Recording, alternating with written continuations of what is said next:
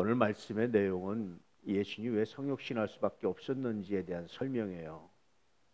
이 당시 유대인들은 신과 인간은 질적 차이가 존재한다, 결코 하나가 될 수 없다라는 생각을 가지고 있었어요. 히브리서 히브리인들에게 쓴 거거든요. 왜 유대인들에게 쓴다고 말하지 않고 왜 이스라엘인들에게 쓴다라고 말하지 않고, 그래서 유대서 혹은 이스라엘서라고 말하지 않고 왜 히브리서라고 말했는지 굉장히 많은 것들이 생각나게 하는 그런 제목입니다. 히브리, 늘 말씀드렸지만 떠돌이 이브리에서 이제 근원이 있다라는 것이 거의 이제 학자들의 연구인데요. 떠돌이 민족이었던 우리가, 이렇게 보잘것없는 사람들이었던 우리가, 노예 생활을 하던 우리가 이렇게 거룩함을 입었고 이렇게 은혜를 입은 것, 이것을 좀 기억했으면 좋겠다라는 강력한 메시지가 이 제목에도 드러나 있어요. 그러면서 유대인들이 잘못된 생각을 하나 고치는 거예요. 그것은 뭐냐면, 유대인들은 하나님과 인간은 질적 차이가 있어서 결코 같아질 수 없다. 하나님이 인간이 될 수 없고 인간이 하나님이 될 수 없다. 그러므로 하나님을 아버지라고 부르고 우리가 하나님의 아들이라고 부르는 것은 신성모독이다.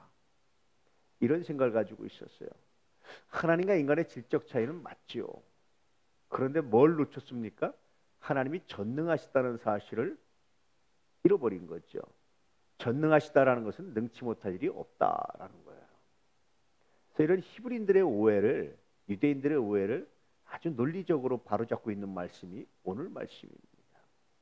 거룩하게 하시느니 거룩함을 입은 자, 같은 근원에서 나왔다. 같을 수밖에 없다. 그래서 이것이 같으면 어떻게 되는 거죠?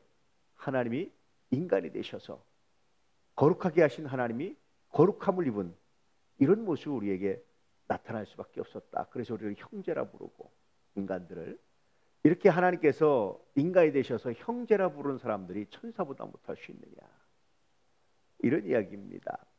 그러면서 결론적으로 그가 범사의 형제들과 같이 되심이 마땅하다. 성육신 하셔서 인간이 되심이 마땅하다. 우리를 구원하시기 위해서. 물론 전능하신 하나님이 다른 방법으로 할 수 있지만 하나님의 사랑은 다른 방법이 아니라 인간이 되심으로 나타나셨다라는 것이 히브리서 기자의 아주 놀라운 통찰이고요, 성령의 감동이었다라는 겁니다. 그래서 인간이 되셔서 형제들과 같이 되셔서 하나님의 일에 자비하고 신실한 대제사장이 되셨다. 그래서 백성의 죄를 속량하셨다라고 말씀하시는 거예요. 18절에 그러므로 그가 시험을 받아 고난을 당하셨은즉 시험 맞는 자들을 능히 도우실 수 있느니라. 이것도 굉장히 중요한 성육신의 목적이죠.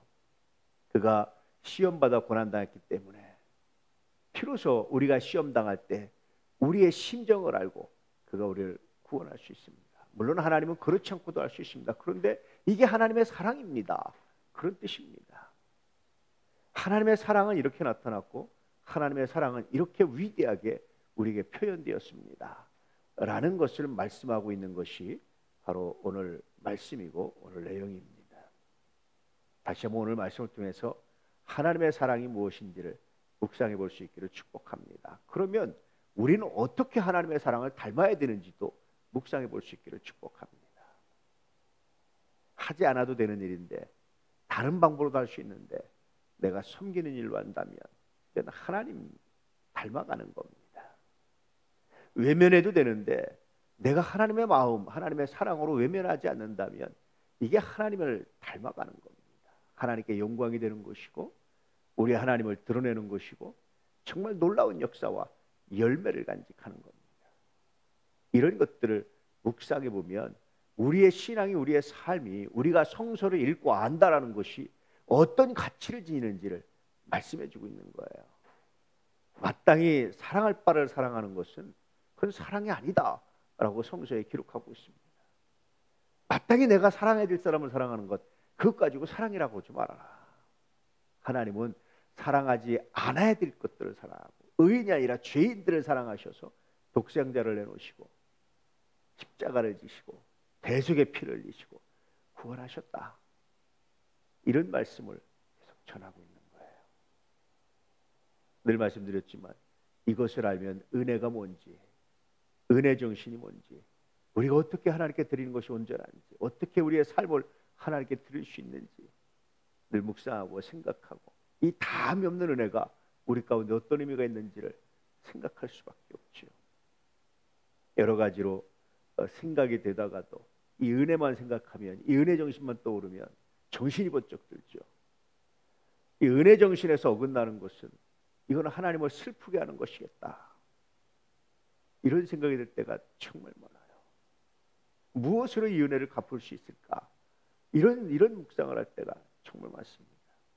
하물며 그까지 11조 하나 가지고 고민하는 것이 얼마나 슬픈 일인지, 하물며 그 예배 하나 가지고, 하물며 우리가 좀 섬기는 거 하나 가지고, 우리가 좀 더 손 내미는 거 가지고, 그것 가지고 우리가 무슨 뭐 살점이 떨어져 나가겠어요? 뭐 하겠어요? 그것 가지고 고민하는 우리들이 얼마나 사치스럽고 은혜를 잃어버린, 정말 이게 마음이 아픈 존재들인지 다시 묵상하고 회개하고 고민할 수밖에 없죠. 오늘 하나님이 인간이 되셨습니다.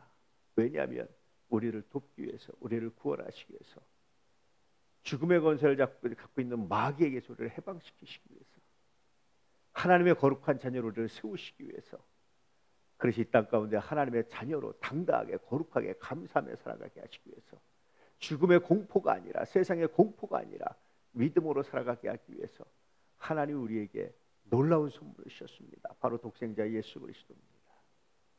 이 은혜를 기억하고 오늘 우리도 믿음으로 살아가는, 어떻게 하면 하나님을 좀 더 사랑할까, 어떻게 하면 하나님의 마음으로 세상을 바라볼까 고민하며 기도할 수 있는 우리 모두가 될 수 있기를 주의 이름으로 축복합니다. 할렐루야.